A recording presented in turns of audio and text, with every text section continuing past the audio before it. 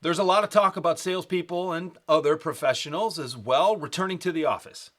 And there's a great debate about this. Do people need to be in the office, especially as salespeople in a results oriented profession? I know some people who will refuse to take any job, even interview for any job that expects them in any office, let alone one with regularity a couple of times a week. But this isn't a return to office debate video. I'll let you keep those in your virtual or physical conference rooms and talk amongst yourselves. But there's another thing that fits into this larger narrative and the question I want you to ask yourself today.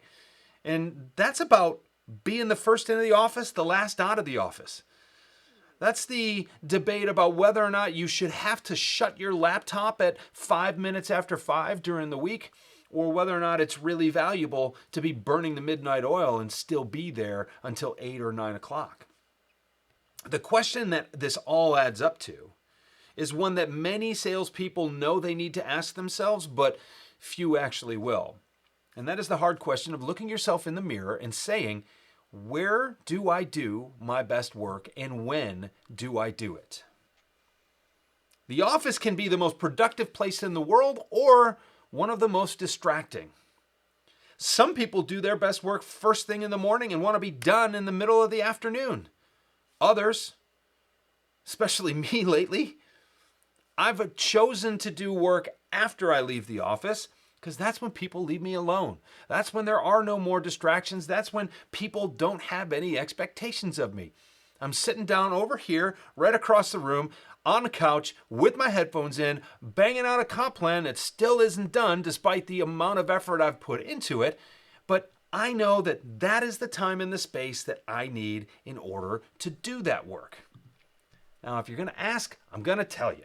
The thing that I've been wearing in my headphones or listening to for years has been Nine Inch Nails, particularly the Hesitation Marks album. I think it's really ambient, it's very layered, there's a lot going on there, and not much of it is lyrical, so it doesn't distract me. Recently, I had a lot more to do, so I've actually gone to The Fragile because it's a double album, and 2 hours will evaporate pretty quickly. But if you need validation, look up my friend Todd Capone because I turned him onto this too, and he will tell you that Trent Reznor will help you get more done.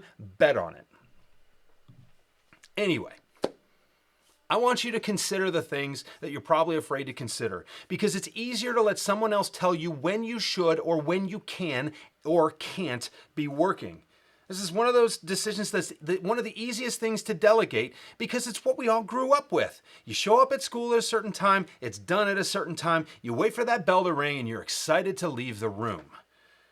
But look, we're adults, we're salespeople, we're results-oriented professionals. You deliver the results that you need to deliver when you need to deliver them. And sometimes that means that I have to sit on that couch until after the rest of my family has gone to bed in order for me to get that work done.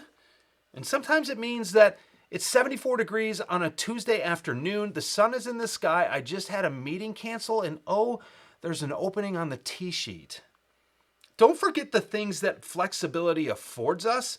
And don't forget the lack of flexibility we need to have in order to afford those things.